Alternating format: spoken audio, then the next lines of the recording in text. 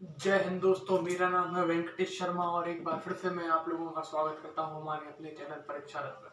दोस्तों, जैसे कि आप जानते हैं 2022-23 का बजट कल घोषित कर दिया गया था और उसी को देखते हुए मैंने कई न्यूज़पेपर पढ़े जैसे द हिंदू, हिंदू टाइम्स और दैनिक भास्कर वगैरह, और उन्हीं से कुछ फैक्ट निकाले हैं और आज का जो इस बार का जो बजट है उसको तैयार किया है दोस्तों। और आज मैं आप लोगों के सामने वो बजट लाया हूँ जो आप लोगों के लिए बहुत ही ज़्यादा इम्पोर्टेंट है। आने वाले जो एग्जाम्स हैं उनमें बजट से क्वेश्चन बनना संभव है दोस्तों।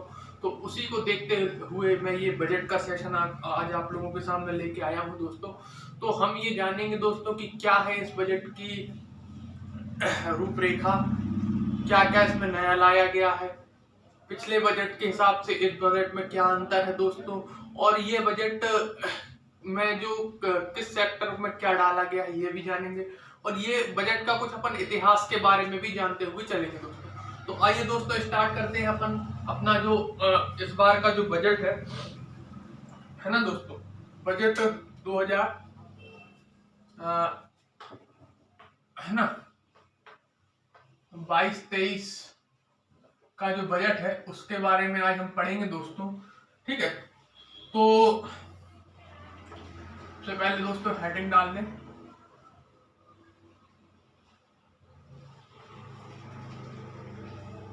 ठीक है दोस्तों, तो चलिए दोस्तों स्टार्ट करते हैं। सबसे पहले बजट के इतिहास के बारे में कुछ चीजें जान ले। सबसे पहले जान ले बजट किस आर्टिकल में आता है। आर्टिकल नंबर दोस्तों 112 में संविधान में इसका जिक्र किया गया है। कभी क्वेश्चन आ जाए कि बजट संविधान के किस आर्टिकल के अंतर्गत आता है, तो 112 में बजट के बारे में बताया गया दोस्तों। अब आता है कि पहला बजट कब पेश किया गया। सबसे पहला बजट, फर्स्ट बजट कब पेश किया गया, तो सबसे पहला बजट जो पेश किया गया था वो किया गया था 1860 में। 1860 में याद रखिएगा पहला बजट लाया गया था। और किसके द्वारा लाया गया था, यह ब्रिटिश सरकार के द्वारा लाया गया था। किसके द्वारा, है ना, ब्रिटिश सरकार के द्वारा लाया गया था दोस्तों। और इसको लाने वाले जो व्यक्ति थे उनका नाम था जेम्स विल्सन। क्या नाम था, जेम्स विल्सन। जेम्स विल्सन के द्वारा पहला बजट लाया गया था दोस्तों। पहला बजट के बारे में अपन ने डिस्कस कर लिया, ब्रिटिश सरकार के द्वारा लाया गया था और लाने वाले व्यक्ति का नाम क्या था, जेम्स विल्सन था दोस्तों। आजाद भारत का पहला बजट किसके द्वारा लाया गया था। आजाद भारत का पहला बजट है ना, तो दोस्तों यह लाया गया था, पहले अपन डेट देख लेते, 26 नवंबर 1947 को आजाद भारत का पहला बजट 26 नवंबर 1947 को आर के शेट्टी, है ना, आर षणमुगम शेट्टी के द्वारा, हम आर के शेट्टी चेट्टी जी कहते हैं, आर के चेट्टी, आर षणमुगम शेट्टी के द्वारा लाया गया था दोस्तों, है ना। आर के चेट्टी जी के द्वारा आजाद भारत का पहला बजट लाया गया था दोस्तों। कब लाया गया था, 26 नवंबर सन 1947 को पहला बजट पेश किया गया था। अब दोस्तों कुछ अगर कभी एक क्वेश्चन मैंने देखा था, एक क्वेश्चन ये भी बनता है कि प्रधानमंत्री, किन किन प्रधानमंत्रियों के द्वारा बजट पेश किया गया ना, ऐसे कौन से पीएम हैं जिनके द्वारा बजट पेश किया गया था। तो दोस्तों मुख्य रूप से 3 प्रधानमंत्री अभी तक ऐसे हुए हैं जिनके द्वारा बजट पेश किया था। तो दोस्तों वो भी जान लेते हैं हम, पीएम कौन कौन से रहे हैं।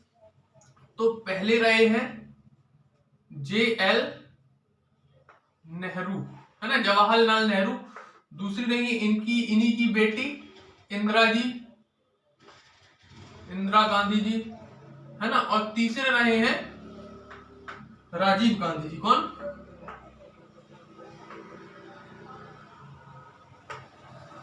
राजीव गांधी जी। ये पीएम रहे हैं जिन्होंने बजट पेश किया। और अगर कभी पूछ लिया जाए पहली महिला जिन्होंने बजट पेश किया था, वो तो इंदिरा गांधी ही हो जाएंगी। ठीक है, ठीक है। सबसे ज्यादा बार किसने किया, अगर कभी क्वेश्चन आ जाए सबसे ज्यादा बार, है ना, ज्यादा बार अगर पूछ लिया जाए तो याद रखिए मोरारजी देसाई।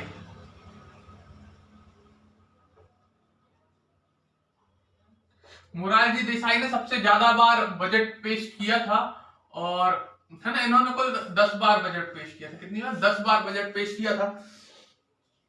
तो ये कुछ अपन ने इतिहास जान लिया है इसके बारे में, ठीक है।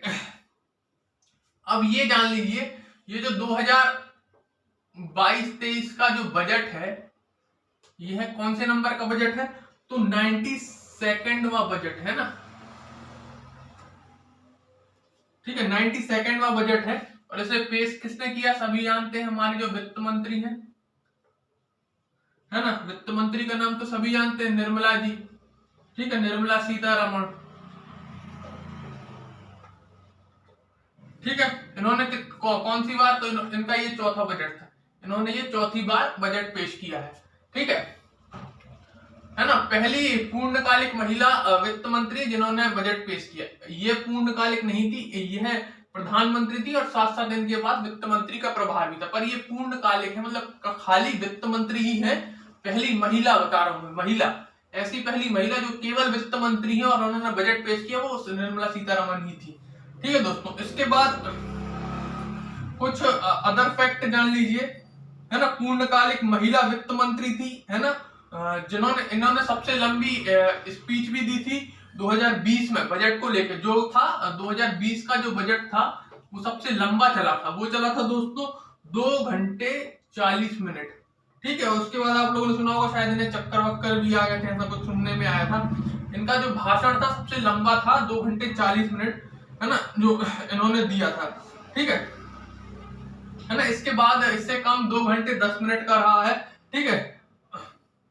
इसके बाद आगे जान लेते हैं कि देखिए, बजट अगर अपन मुख्य रूप से देखें तो बजट जो पेश करने की परंपरा थी वो अंग्रेजों ने शाम 5 बजे रखा था ना, शाम 5 बजे। आप लोगों को ये पता नहीं होगा, शाम 5 बजे बजट पेश किया जाता था, ठीक है। बजट कब से कितने बजे पेश किया जाता था? शाम 5 बजे तक, 5 बजे। पर ये कब तक ये परंपरा अंग्रेजों के द्वारा लाई हुई थी, है ना, अंग्रेजों के द्वारा लाई हुई थी, ठीक है ना। अंग्रेजों के द्वारा ये परंपरा लाई हुई परंपरा थी और ये चलती आ रही थी, ठीक। आजादी की बात भी चलती आ रही थी कि शाम 5 बजे बजट पेश होता था। पर 2001 के बाद इसमें बदलाव आया। 2000 तक तो शाम 5 बजे हुआ, 2000 के बाद 2001 जब आया तो आई अटल जी की सरकार। किसकी सरकार? अटल जी की सरकार में यह परंपरा बदल दी गई, ठीक है। और पहली बार बजट कितने बजे पेश हुआ? 11 बजे। मोस्ट इंपॉर्टेंट क्वेश्चन है ये, 11 बजे, ठीक है। कितने बजे? 11 बजे। 11 बजे पहली बार बजट पेश किया गया था, ठीक है। ये एक मैंने आपको इंपॉर्टेंट फैक्ट बता दिया है। अब इसको अपन रफ कर लेते हैं और आगे बढ़ते हैं। 2021 का सॉरी 22 और 23 का बजट है, उसके बारे में अपन चर्चा करते हैं, ठीक है दोस्तों। आशा है यहाँ तक की चीजें तो आप लोगों को समझ में आ ही गई होंगी। आगे बढ़ते हैं अपन, ठीक है। तो ये मैंने बता दिया कि 2022-23 का बजट आप लोगों को पता है किसने पेश किया? निर्मला जी ने। एक बार लिख दे रहा हूं मैं,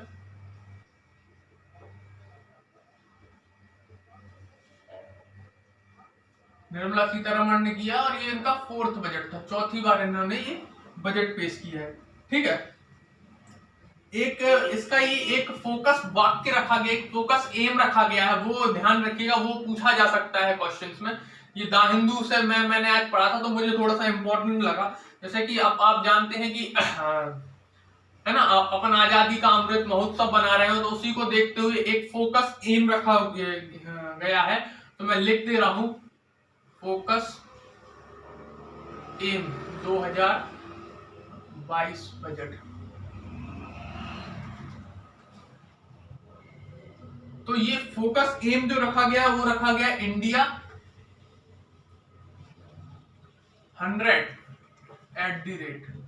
ठीक है। यह फोकस एम रखा गया इस बार, ये इंपॉर्टेंट है। आ सकता है कि 2022-23 का बजट था जो, उसका फोकस एम क्या रखा गया है, ठीक है। तो याद रखिएगा, इंडिया 100 ये इंपॉर्टेंट है, ठीक है। इसके बाद आ जाता है कि कितने पिलर थे 2022-23 के बजट में, कुल कितने पिलर थे, ये क्वेश्चन बन सकता है। तो कुल 4 पिलर थे, कितने? 4, ठीक है ना, 4 पिलर्स, ठीक है, 4 पिलर्स थे इसमें, ठीक है। कौन कौन से पिलर्स थे अपन उसके बारे में भी चर्चा कर लेते हैं। पहला था, फर्स्ट लिख दे रहा हूं मैं, पीएम गति शक्ति। कौन सा? पीएम गति शक्ति, ठीक है, पीएम गति शक्ति पहला पिलर था। दूसरा था समावेशी विकास, ठीक है, समावेशी विकास। दूसरा था समावेशी विकास, इंक्लूसिव डेवलपमेंट, ठीक है, इसको अपन इंक्लूसिव डेवलपमेंट कहते हैं इंग्लिश में। थर्ड था अपना उत्पादकता वृद्धि, उत्पादकता में वृद्धि और निवेश।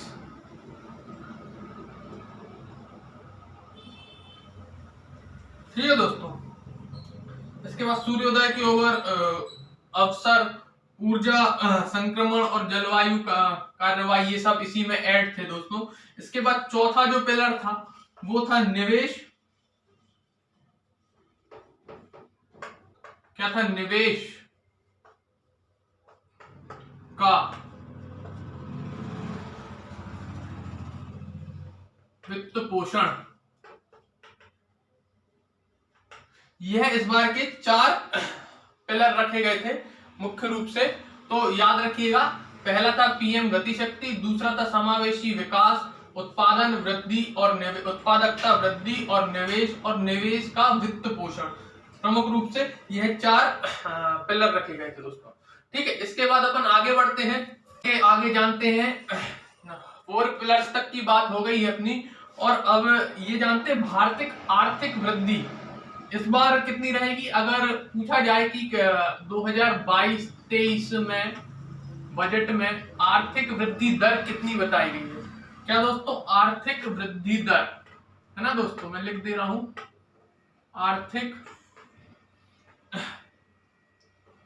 वृद्धि कितनी रहेगी? तो रहेगी दोस्तों 9.2%। मोस्ट इंपॉर्टेंट पॉइंट है ये कि पूछ सकता है 2022-23 के बजट में आर्थिक वृद्धि दर कितनी बताई गई है भारत की, तो कितनी बताई गई है? 9.2% बताई गई है दोस्तों। इंपॉर्टेंट पॉइंट है, याद रखिएगा। उत्पादकता से जुड़ी प्रोत्साहन योजना के तहत 14 क्षेत्रों में 60 लाख का रोजगार दिया जाएगा दोस्तों। मोस्ट इंपॉर्टेंट पॉइंट, 14 क्षेत्रों में 60 लाख लोगों को रोजगार के अवसर दिए जाएंगे।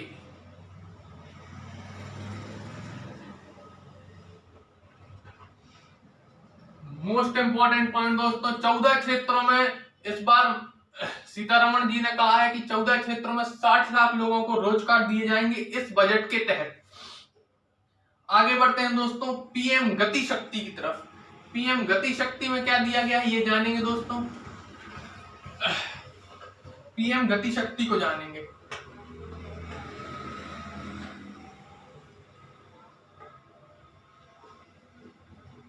पीएम गति शक्ति क्या है ये जानेंगे दोस्तों।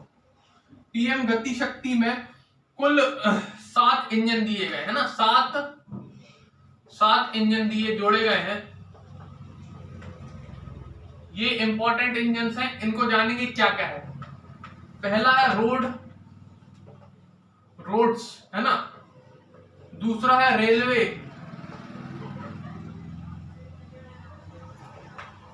तीसरा है एयरपोर्ट, चौथा है पोर्ट्स बंदरगाह, पांचवा है मास ट्रांसपोर्ट,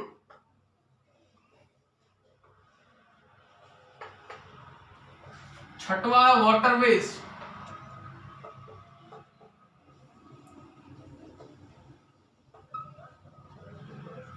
और सातवां है लॉजिस्टिक इंफ्रास्ट्रक्चर।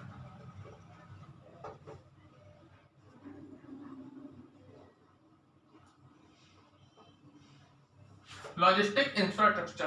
ठीक है दोस्तों, ये 7 इंजन जोड़े गए हैं पीएम गति शक्ति के अंदर। ठीक है दोस्तों, तो आइए इनके बारे में थोड़ी सी कुछ बातें जान लेते हैं।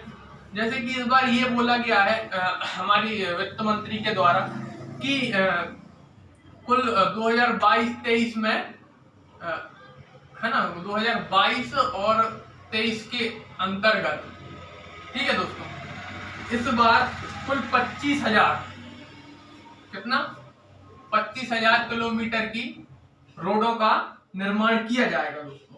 ठीक है, 25,000 किलोमीटर की रोडें बनाई जाएंगी और इसमें लागत कितनी आएगी? लागत आएगी 20,000 करोड़ की। कितनी? 20,000 करोड़ की इसमें लागत आएगी, ये बताया गया है। आगे जानते हैं। ठीक है दोस्तों, रेलवेज के बारे में जानते हैं। रेलवेज की कुछ योजना, रेलवे के अंदर कुछ योजनाएं चालू की गई हैं। जैसे एक योजना चालू की गई है वन स्टेशन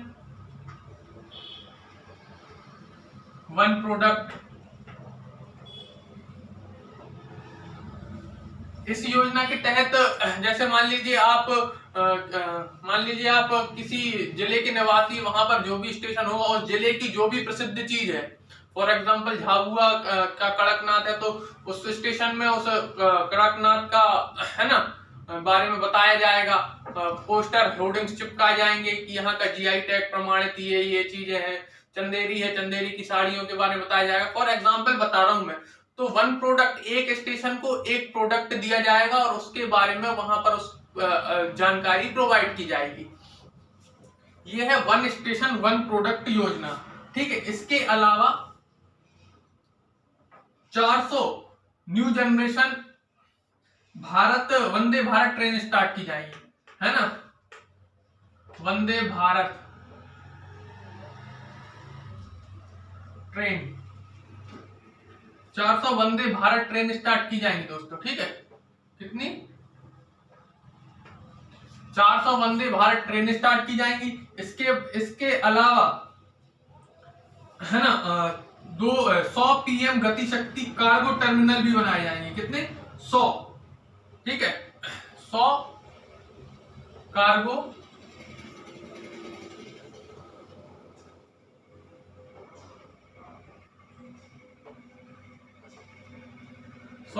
टर्मिनल बनाए जाएंगे दोस्तों। ठीक है, तो इसके आगे जानते हैं हम। ठीक है, इसके बाद एक पर्वतमाला योजना लाई गई है दोस्तों, है ना। इसी तरह सभी में थोड़ा थोड़ा विकास किया जाएगा, पर ये दो रोड और रेलवे से इंपॉर्टेंट क्वेश्चंस बनते हैं, तो उसके बारे में मैंने बता दिया। ठीक है दोस्तों, जो इंपॉर्टेंट पॉइंट है केवल अपन उन्हीं पे डिस्कस कर रहे हैं। बाकी बजट तो बहुत लंबा है, पर जो सटीक चीजें हैं उन पे अपन डिस्कशन कर रहे हैं। इसके बाद एक पर्वतमाला योजना के बारे में जिक्र किया गया। कौन सा? पर्वतमाला योजना। ठीक है दोस्तों, इसमें क्या किया जाएगा? राष्ट्रीय रोपवे विकास कार्यक्रम है ये। क्या है? राष्ट्रीय रोपवे विकास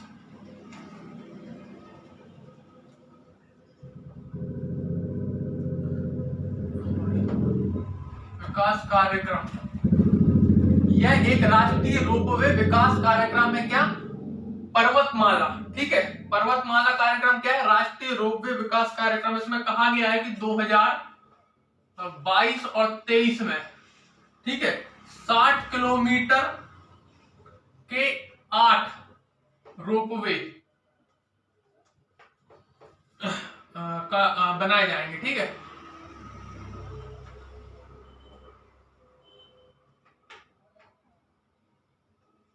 ठीक है दोस्तों, 60 किलोमीटर के 8 रोपवे बनाने की ये एक परियोजना है।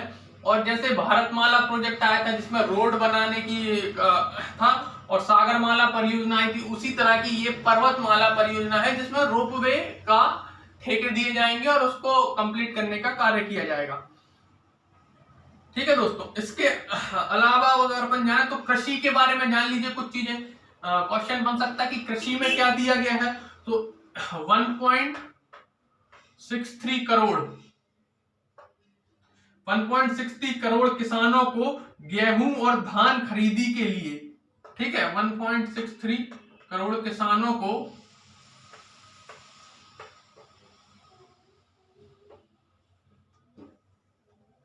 गेहूं और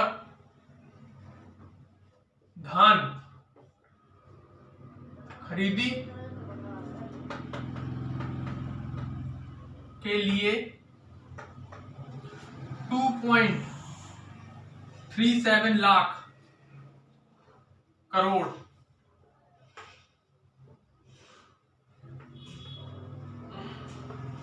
सीधा भुगतान होगा।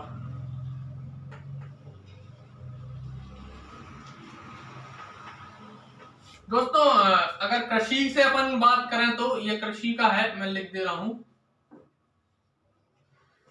कृषि से बात करें तो 1.63 करोड़ किसानों को गेहूं और धान की खरीदी के लिए 2.37 लाख करोड़ का सीधा भुगतान किया जाएगा सरकार के द्वारा, ये कहा गया है दोस्तों। इसके अलावा एक कृषि ड्रोन परियोजना भी स्टार्ट की गई है ना, सॉरी कृषि नहीं, किसान ड्रोन।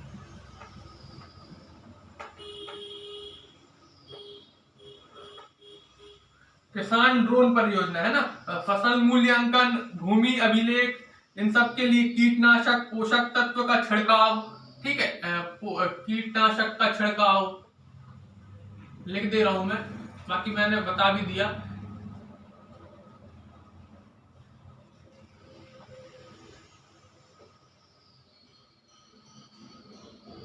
ठीक है, कीटनाशक का छिड़काव, पोषक तत्व का छिड़काव, है ना, फसल का मूल्यांकन, ये सब चीज करने के लिए किसान ड्रोन, है ना, किसान ड्रोन योजना स्टार्ट की गई है। ये भी इंपॉर्टेंट है, मोस्ट इंपॉर्टेंट है दोस्तों, किसान ड्रोन योजना, है ना। इसके अलावा केन बेतवा लिंक प्रोजेक्ट के क्रियान्वयन के लिए 1400 करोड़ रुपए दिए जाएंगे। कौन सा? केन, ये तो मध्य प्रदेश का ही है, केन बेतवा,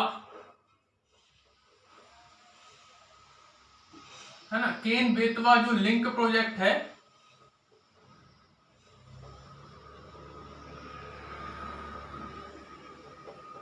करोड़ 1400 करोड़ रुपए दिए जाएंगे केन बेतवा लिंक प्रोजेक्ट के लिए। ठीक है दोस्तों, तो ये अपनी कृषि भी लगभग कंप्लीट होती है। इसके बाद अपन जानते हैं शिक्षा से, कि शिक्षा से क्या जोड़ा गया है दोस्तों, है ना दोस्तों।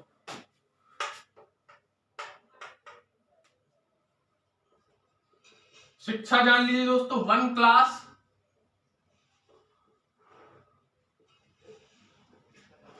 1 टीबी,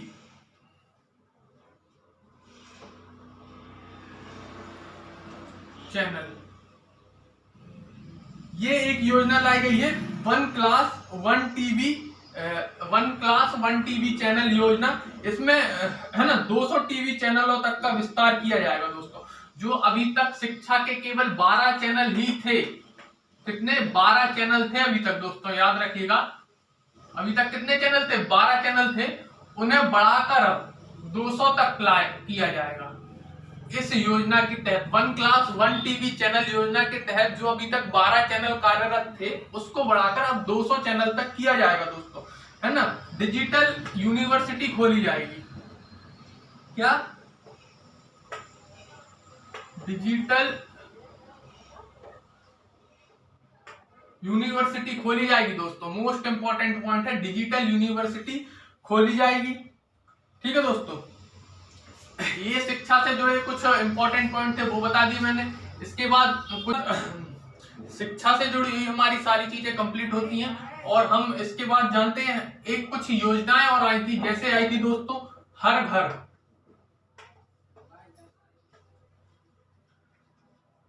नल से जल योजना।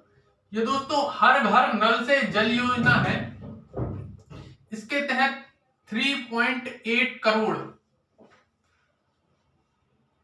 घरों को नल कनेक्शन दिए जाएंगे दोस्तों।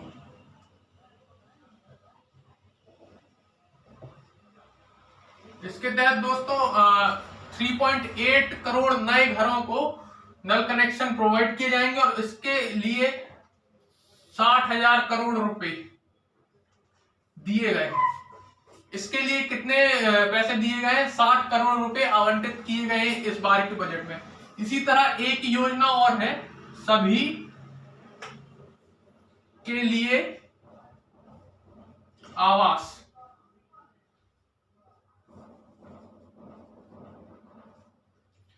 सभी के लिए आवास, इसमें इस बार 80 लाख नए घर बनाए जाएंगे।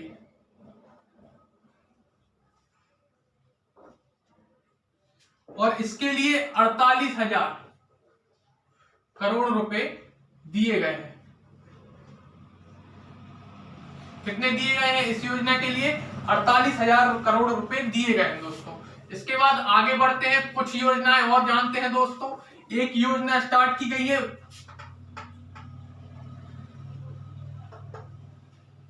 वाइब्रेंट विलेज कार्यक्रम या योजना या प्रोग्राम, कुछ भी लिख लो, एक ही बात है, ठीक है। वाइब्रेंट विलेज प्रोग्राम स्टार्ट किया गया है दोस्तों। यह उन विलेजों के लिए है जो सीमावर्ती विलेज है, कहा जाए तो जिनकी बाउंड्री अदर नेशन से लगती, जैसे जो विलेज उनके जिनकी बाउंड्री बांग्लादेश से लगती, पाकिस्तान से लगती, या फिर चीन या किसी अदर नेशन से लगती है, म्यांमार से लगती, उन विलेजों को डेवलप्ड करने के लिए,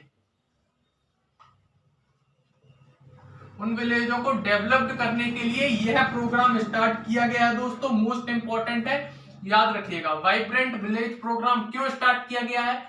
भारत के जो सीमावर्ती विलेज हैं उनको डेवलप करने के लिए यह प्रोग्राम लाया गया है दोस्तों।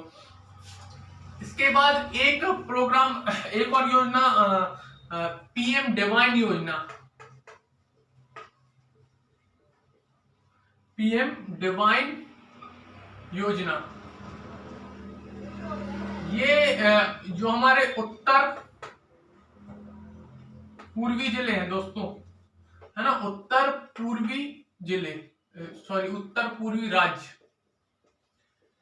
इनके विकास के लिए यह योजना लाई गई है। जैसे असम, सिक्किम, अरुणाचल प्रदेश, नागालैंड, मणिपुर, मेघालय, है ना, मिजोरम, त्रिपुरा, ये राज्य हैं जो 7 सिस्टर्स कहलाती हैं, है ना, जिन्हें हम सेवन सिस्टर्स कहते हैं। इनके डेवलपमेंट के लिए यह पीएम डिवाइन योजना स्टार्ट की जा रही है। इसके लिए कुल 1500 करोड़ रुपए आवंटित किए गए हैं। कितने? 1500 करोड़ रुपए पीएम डिवाइन योजना के लिए दिए जाएंगे, ठीक है। इसके बाद मोस्ट एक इंपॉर्टेंट पॉइंट आ जाता है, क्रिप्टो करेंसी, ठीक है। सबसे पहली बात तो आरबीआई अपनी खुद की क्रिप्टो करेंसी लॉन्च करेगा, है ना, बनाएगा, ठीक है। एक ये बात कही गई। इसके अलावा ये कहा गया है कि क्रिप्टो करेंसी पर, है ना, क्रिप्टो करेंसी पर, यही लिख दे रहा हूं मैं, क्रिप्टो करेंसी पर 30% का टैक्स लगेगा दोस्तों। मोस्ट इंपॉर्टेंट पॉइंट है। कितना टैक्स देना पड़ेगा हमें क्रिप्टो करेंसी के लेन देन पर या प्रॉफिट पर, जो भी है प्रॉफिट होगा उस पर, तो 30% टैक्स देने की बात इस बार निर्मला जी ने कही है दोस्तों। तो ठीक है, क्रिप्टो करेंसी आप लोग जानते होंगे, एक डिजिटल मनी है, ठीक है। और आजकल बहुत ट्रेंडिंग में बिटकॉइन, इथेरियम, ये सब चीजें बहुत ट्रेंडिंग में है। तो उसी को लेकर इस बार निर्मला सीतारमण ने ये बात कही है कि भारत भी अपनी, जो भारत का आरबीआई है ना, बैंकर्स ऑफ द बैंक, वो भी एक क्रिप्टो करेंसी, जो खुद की क्रिप्टो करेंसी लॉन्च करेगा। इसके बाद एक योजना लाई गई, सक्षम आंगनवाड़ी, सक्षम आंगनवाड़ी योजना। इसके अंतर्गत, है ना, इसी योजना के अंतर्गत पोषण 2.0 अभियान लाया गया है दोस्तों, ठीक है। एक ये इंपॉर्टेंट हो जाता है। इसके अलावा इस बार, है ना, 2 लाख जो आंगनवाड़ी है उन्हें, ठीक है, 2 लाख आंगनवाड़ियों को सक्षम आंगनवाड़ी बनाया जाएगा,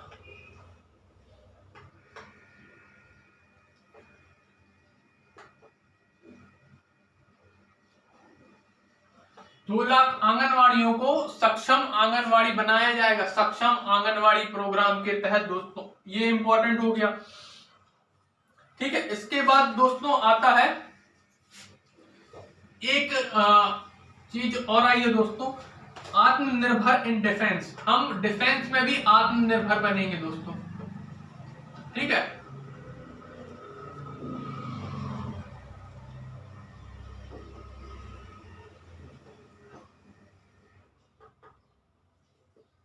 आत्मनिर्भर डिफेंस, निर्मला सीतारमण जी ने कहा है कि हम डिफेंस में आत्मनिर्भर बनेंगे, ठीक है। इसमें क्या कहा गया है कि जो हमारी कैपिटल का 68% रहेगा, ठीक है, वो डिफेंस में इन्वेस्ट होगा।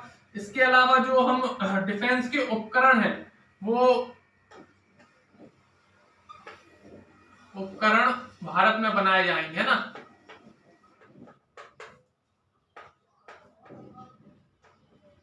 ठीक है, बाहर से नहीं बुलवाएंगे, भारत में ही बुलवाएंगे। जो यह 68% लास्ट ईयर पूछा जाए तो 58% था, इस वर्ष 10% की वृद्धि हुई है इसमें, ठीक है।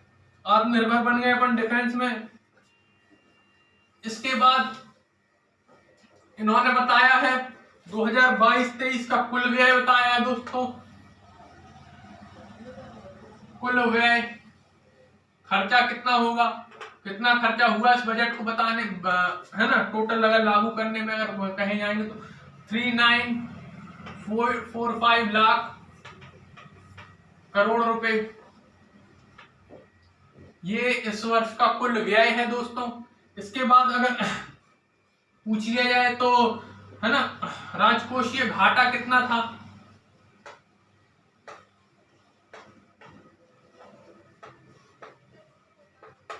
यह था 6.9%, ठीक है, हमारी जीडीपी का, है ना।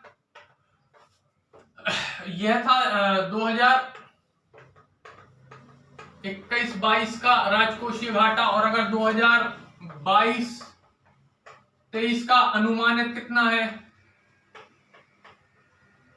कंफर्म तो ये अगले वर्ष होगा ना, इस वर्ष तो अनुमानित ही बताया जाएगा। तो बताया गया 6.4% रहेगा अनुमानित घाटा 2022, है ना, 22-23 का 6.4%। इसके अलावा एक योजना और है 75 जिलों में 75 डिजिटल बैंक यूनिट लगेंगी। ये भी एक बात कही है माननीय निर्मला जी ने कि 75 जिलों में 75 डिजिटल बैंक यूनिट लगेगी दोस्तों। तो लगभग अपना बजट की जो इंपॉर्टेंट बातें थी वो यहाँ पर पूरी कंप्लीट होती है दोस्तों। और मैंने जो एग्जाम के पर्पस से जो जो इंपॉर्टेंट बात थी उन्हें उठाकर पूरा कवर किया है। आशा है आप लोगों को पूरा समझ में आया हो। एक एक सटीक बात बताइए, जैसे कि मैंने फोकस एम से लेके अपन को अनुमानित राजकोषीय घाटा यहाँ तक पूरा लगभग बजट कवर किया है। जो इंपॉर्टेंट चीजें थी वही उठाई है दोस्तों, फालतू की चीजें ऐड नहीं करी गई है, ना ही कोई गलत इंफॉर्मेशन प्रोवाइड करी गई। दोस्तों जो बताया गया है वही आपको प्रोवाइड किया गया है दोस्तों। आशा है अच्छा लगा होगा आपको, और अगर अच्छा लगा है तो दोस्तों लाइक एंड सब्सक्राइब करना ना भूलें दोस्तों। ऐसे ही वीडियो आप लोगों के लिए लाते रहेंगे दोस्तों। जय हिंद, जय भारत दोस्तों।